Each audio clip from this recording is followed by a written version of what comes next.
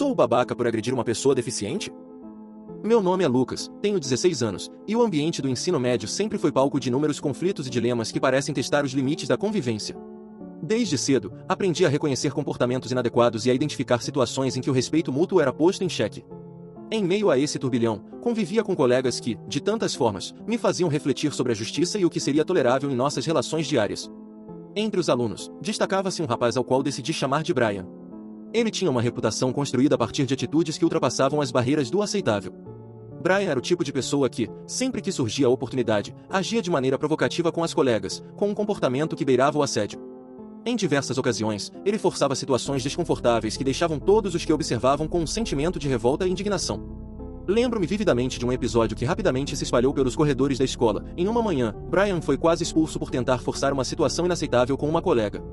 As palavras sussurradas e os olhares de reprovação de professores e alunos não conseguiam, por si só, reparar o que havia ocorrido, mas serviam de alerta para que algo precisasse ser feito.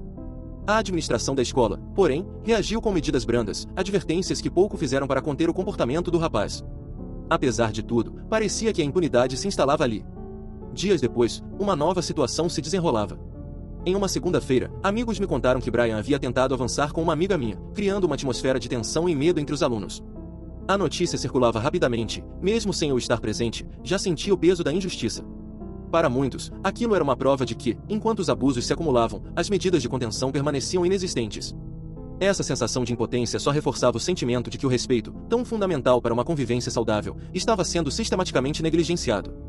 Eu via, a cada dia, o ambiente escolar transformado.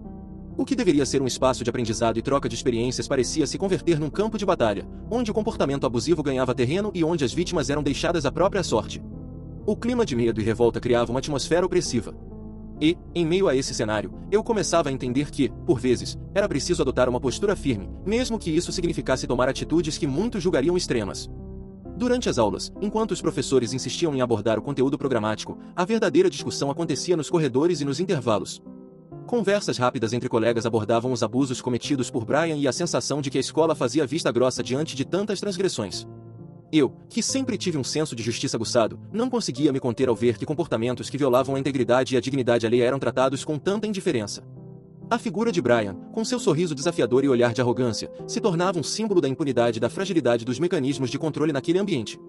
Mesmo quando surgiam indícios de que ele poderia ter problemas pessoais ou traços que o levavam a agir de maneira errática, isso não apagava o mal que suas atitudes causavam. As histórias que ouvia, de colegas que se sentiam humilhados ou ameaçados, reforçavam a ideia de que algo precisava mudar urgentemente. Eu passava horas refletindo sobre o que poderia ser feito para reverter aquele quadro. Em algumas noites, escrevi em meu diário as injustiças que testemunhava, buscando, na escrita, um alívio para a tensão acumulada. Para mim, o ensino médio era mais do que aulas e provas, era também um campo de provas para os valores que eu considerava essenciais, como o respeito e a integridade. E, diante de tantas violações desses princípios, a minha paciência começava a se esgotar. Conversava com alguns amigos sobre a necessidade de enfrentar as atitudes abusivas com uma postura mais enérgica. Muitos se limitavam a falar em silêncio ou a esperar que a autoridade escolar agisse, mas eu acreditava que, em determinados momentos, a reação deveria ser imediata e direta. O sentimento que crescia em mim era de indignação e de recusa em aceitar que o desrespeito ficasse impune, mesmo que as consequências de uma reação fossem duras. A cada novo episódio de abuso, sentia que a situação no colégio se agravava. Não se tratava apenas de um caso isolado ou de uma falha administrativa, era um reflexo de um sistema que, de alguma forma, permitia que comportamentos inadequados se repetissem. E, quanto mais os abusos eram ignorados, mais forte se tornava a convicção de que era necessário, em algum momento, agir para preservar a dignidade e o respeito de todos. Assim, naquele ambiente carregado de tensão, a semente de uma decisão começou a germinar em mim. Eu sabia que a minha postura não seria aceita por todos e que muitos prefeririam o silêncio à ação. Contudo, a ideia de me omitir diante do que eu considerava um ataque direto aos valores que sempre defendi me impulsionava. E foi nesse turbilhão de pensamentos e sentimentos que a história começou a se desenrolar, uma história marcada pelo confronto, pela indignação e pela firme convicção de que, em certas situações, não há espaço para passividade. Enquanto os dias se sucediam, cada episódio e cada comentário aumentavam minha determinação. Eu vi em Brian não apenas um colega problemático, mas o símbolo de uma atitude que ameaçava minar a integridade das relações humanas. E, embora a situação exigisse cautela, uma parte de mim clamava por uma resposta que, de uma vez por todas, mostrasse que a violência daqueles que ferem os outros jamais seria ignorada. Sem arrependimentos ou dúvidas, essa convicção foi se fortalecendo, pavimentando o caminho para um confronto que, de alguma forma, parecia inevitável. A tensão acumulada no colégio continuava a fermentar, transformando o ambiente em um verdadeiro campo minado de provocações e sentimentos à flor da pele. Em uma tarde que se apresentava como as outras, recebi uma ligação do meu amigo Marcos, de 17 anos, convidando-me para ir até a praça central da cidade e dar uma volta de bicicleta. Eu aceitei de imediato, pois precisava de um alívio, uma pausa que me permitisse esquecer, ainda que temporariamente, a atmosfera opressiva do ambiente escolar. A praça era um lugar de liberdade, com amplos espaços verdes, bancos que convidavam ao descanso e um clima de leveza que contrastava fortemente com a tensão vivida no colégio. Enquanto pedalávamos e conversávamos sobre assuntos do cotidiano, a brisa fresca e o som distante das crianças brincando ajudavam a aliviar o peso acumulado nos últimos dias. Era como se, por alguns instantes, eu pudesse deixar para trás os conflitos que tanto me atormentavam. Porém, essa breve sensação de paz se dissipou de forma abrupta. Após alguns minutos de pedalada, paramos em um dos bancos da praça para descansar. Foi nesse exato momento que avistei uma figura que me fez sentir a adrenalina subir novamente. Brian caminhava com seu passo firme e o olhar arrogante que tanto me incomodava. O ambiente descontraído foi imediatamente invadido por uma tensão inesperada. Ao se aproximar, Brian cruzou o nosso caminho de forma deliberada. Seus olhos brilharam com uma mescla de provocação e desdém. Sem rodeios, ele lançou uma frase que soou como um convite para o conflito. Pô, cara, se tivesse mais tempo, eu conseguiria fazer coisas com sua amiga. A sua declaração, dita com um sorriso de escárnio, não só relembrava os abusos cometidos anteriormente, mas também desafiava a minha paciência. Imediatamente, senti que algo dentro de mim se inflamava. O acúmulo de indignação e a sensação de que aquele comportamento havia ultrapassado todos os limites que eu considerava aceitáveis se tornavam cada vez mais intensos. Em um primeiro impulso, tentei me afastar e ignorar a provocação, mas Brian não me deixou escapar. Com firmeza, agarrou a minha camisa, insistindo: Pô, véi, você já vai? Diz pra sua amiga que eu mandei um beijo pra ela. Essas palavras ecoaram em meus ouvidos como um desafio irrefutável. Sem hesitar, e sem demonstrar nenhum remorso pelo que estava para acontecer, reagi. Num impulso controlado, mas cheio de convicção, dei o primeiro golpe. Cada soco que desferia era a expressão concreta de uma revolta acumulada, uma resposta que, para mim, era a única forma de colocar um ponto final na atitude abusiva que Brian adotava. Não se tratava de uma fúria cega, mas de uma resposta firme a uma provocação que já havia ultrapassado todos os limites da tolerância. Enquanto a cena se desenrolava, alguns transeuntes pararam para observar, e o silêncio constrangedor da praça contrastava com a intensidade daquele momento. Marcos, preocupado com o que estava acontecendo, aproximou-se e interveio, separando a situação antes que ela se agravasse ainda mais. Brian, surpreendido com a rapidez dos acontecimentos, acabou caindo no chão e permaneceu imóvel por alguns instantes, um quadro que, para mim, era a confirmação de que minha reação havia sido necessária. Mesmo após a chegada de colegas que se aglomeravam para discutir o ocorrido, a convicção dentro de mim não vacilava. Enquanto alguns questionavam a intensidade da minha resposta, eu permanecia firme, certo de que aquele confronto era a única maneira de mostrar que comportamentos abusivos não passariam impunes. Marcos, inclusive, chegou a chamar uma ambulância, embora muitos comentassem que Brian poderia estar apenas encenando os efeitos do impacto. Independentemente disso, a ação já estava consumada e não havia espaço para arrependimentos. Ao me afastar do local, enquanto caminhava pelas calçadas da cidade, a adrenalina ainda corria em minhas veias. Cada passo reforçava a ideia de que a ação direta, mesmo que violenta, era, naquele instante, a resposta correta para as provocações e humilhações que há tempos se acumulavam. O incidente na praça não apenas evidenciou a incapacidade do sistema escolar de lidar com os abusos, mas também confirmou que, quando confrontado com a impunidade, eu não hesitaria em agir. Durante o retorno para casa, os pensamentos se misturavam. Eu sabia que a minha atitude poderia ser questionada por alguns, mas, para mim, a defesa dos meus valores era prioridade. Não havia espaço para dúvidas ou remorso, o que importava era demonstrar que, em situações de abuso, a resposta precisa ser firme. A sensação de justiça, por mais dura que pudesse parecer, era o que me movia naquele instante, transformando cada golpe em um símbolo de resistência contra a indiferença e a impunidade. Ao chegar em casa, enquanto a cidade se acalmava e a noite caía silenciosamente, não senti qualquer peso na consciência. Pelo contrário, cada batida do meu coração ecoava a convicção de ter agido corretamente. O incidente da praça passava a ser um capítulo que, mesmo polêmico, representava a reafirmação dos meus valores, um grito de protesto contra uma realidade em que o desrespeito era frequentemente ignorado. Na manhã seguinte ao confronto, os corredores da escola já fervilhavam de conversas e especulações.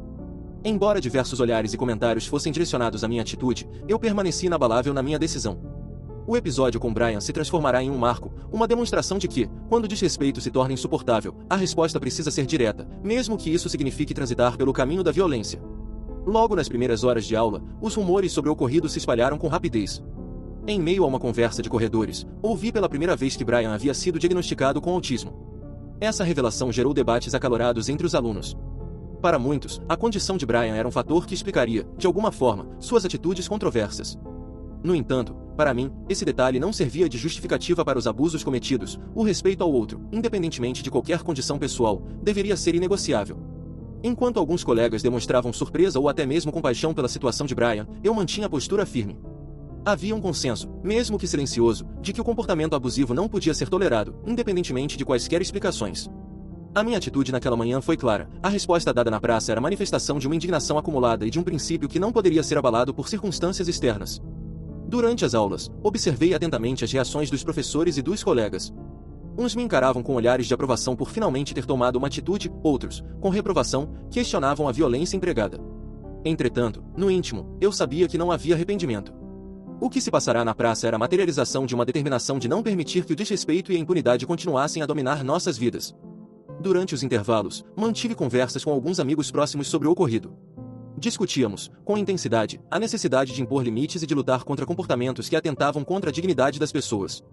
Enquanto alguns sugeriam que o diálogo seria sempre a melhor solução, eu argumentava que, em determinadas situações, a ação rápida e contundente era indispensável. Não se tratava de glorificar a violência, mas de mostrar que, diante de repetidas ofensas, a passividade era sinônimo de cumplicidade. Ao longo do dia, refletia sobre como a escola, e por extensão a sociedade, deveria lidar com comportamentos abusivos. O fato de Brian ter uma condição que, para alguns, explicaria suas atitudes, não diminuía o impacto negativo que seus atos causavam nas vítimas. E, na minha visão, a proteção e o respeito pelas pessoas não poderiam ser comprometidos por desculpas ou explicações que não justificassem a dor infligida. Enquanto caminhava pelos corredores repletos de conversas sobre o incidente, senti-me fortalecido pela convicção de que a integridade pessoal e o respeito eram valores que exigiam ação, mesmo que extrema. Eu sabia que muitos poderiam discordar da minha postura, mas, para mim, a mensagem era inequívoca: não há espaço para abusos, e quando os limites são ultrapassados, a reação precisa ser proporcional à ofensa. Ao final do dia, enquanto a escola se esvaziava e a noite se aproximava, sentei-me em um canto tranquilo e refleti sobre o que havia acontecido. As cicatrizes, físicas e emocionais, eram provas vivas de uma batalha travada em defesa de um princípio. Eu não sentia tristeza ou remorso, ao contrário, a sensação que me dominava era de convicção e justiça. Naquele instante, entendi que a verdadeira transformação não vinha de arrependimentos tardios, mas da coragem de permanecer firme em nossas convicções, mesmo que isso signifique seguir por um caminho controverso. O episódio com Brian tornou-se, assim, um divisor de águas na minha trajetória. Mais do que um simples confronto físico, representou a materialização de um ideal, a de que a integridade e o respeito não podem ser negociados. Enquanto a sociedade tenta encontrar meios de lidar com comportamentos inadequados através do diálogo e da compreensão, eu descobri que, em certas circunstâncias, a resposta imediata era a única forma de preservar a dignidade pessoal e coletiva. Hoje, ao olhar para trás, não sinto o peso do arrependimento. Cada soco desferido na praça é, para mim, um lembrete de que, quando se trata de defender nossos valores, não podemos ceder à impotência ou à complacência. A justiça, muitas vezes, exige atitudes firmes, e mesmo que alguns julguem minha reação extrema, sei que naquele momento, diante do abuso descarado, não restava outra escolha. Enquanto sigo minha jornada, mantenho viva a convicção de que a integridade não se constrói em silêncio. Cada desafio, cada provocação, é uma oportunidade para reafirmar a importância do respeito, e para mostrar que, quando os limites são desrespeitados, a resposta precisa ser inabalável. E assim, com a cabeça erguida e o coração firme, continuo a trilhar um caminho onde, acima de tudo, a defesa dos meus princípios prevalece, sem espaço para remorso ou hesitação. Opa, bom? Gostou da história? Considere curtir e comentar para ajudar o canal. Até a próxima!